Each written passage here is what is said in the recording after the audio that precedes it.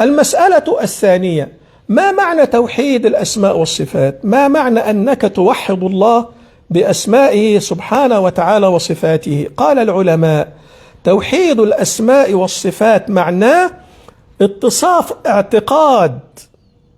اتصاف الرب تبارك وتعالى بالكمال المطلق من جميع الوجوه. أن تعتقد أن الله تبارك وتعالى متصف بالكمال المطلق من جميع الوجوه، فتثبت لله، وهذا بقى معناه تحقيقه. كيف تحقق توحيد الأسماء والصفات؟ أن تثبت لله عز وجل ما أثبته لنفسه من الأسماء والصفات، وما أثبته له رسوله صلى الله عليه وسلم من الأسماء والصفات على الوجه اللائق بالله سبحانه وتعالى.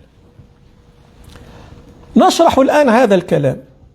نثبت لله ما أثبته لنفسه وما أثبته له رسوله من الأسماء والصفات.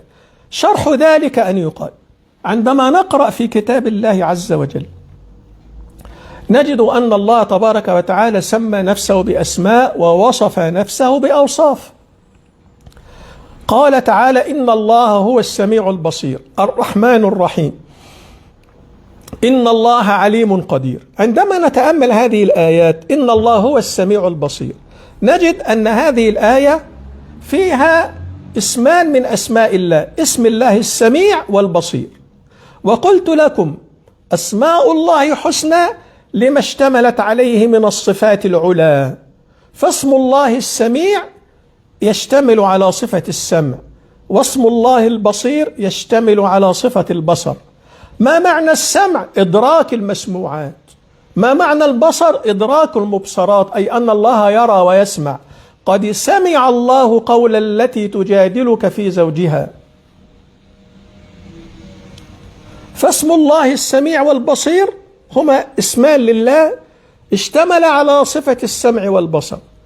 قوله تعالى الرحمن الرحيم اسمان لله، الرحمن والرحيم اشتمل على صفة الرحمة، فالله تبارك وتعالى رحيم. قال تعالى: وربك الغفور ذو الرحمة، هذه صفة الرحمة. نعم. كذلك قوله تعالى: إن الله عليم قدير، اسم الله العليم والقدير، هذه أسماء نثبتها لله، ونثبت ما اشتملت عليه من الصفات، وهي صفة العلم وصفة القدرة. إذن هذه الآيات استفدنا منها إثبات أسماء وإثبات صفات لله تعالى.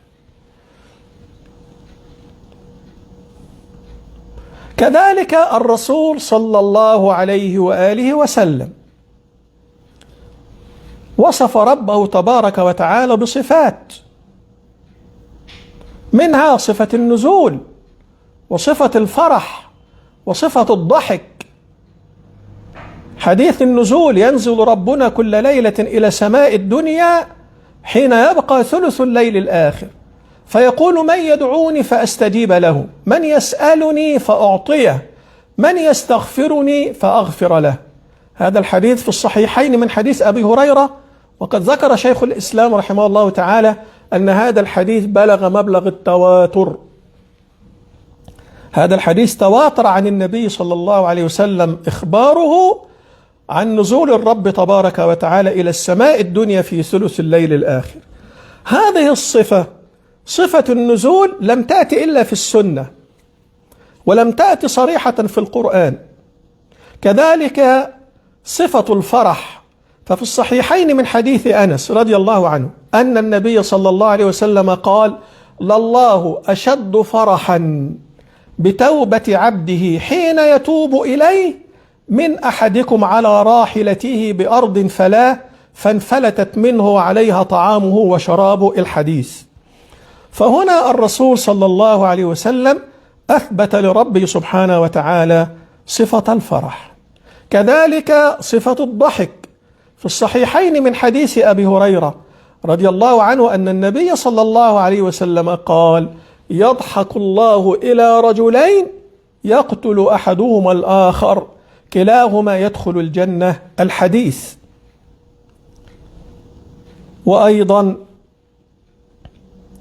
جاء عن النبي صلى الله عليه وسلم وروي عن ابن عمر أنه كان يقول في السعي بين الصفا والمروة عندما يهرول بين العلمين الأخضرين، كان يقول: رب اغفر وارحم إنك أنت الأعز الأكرم.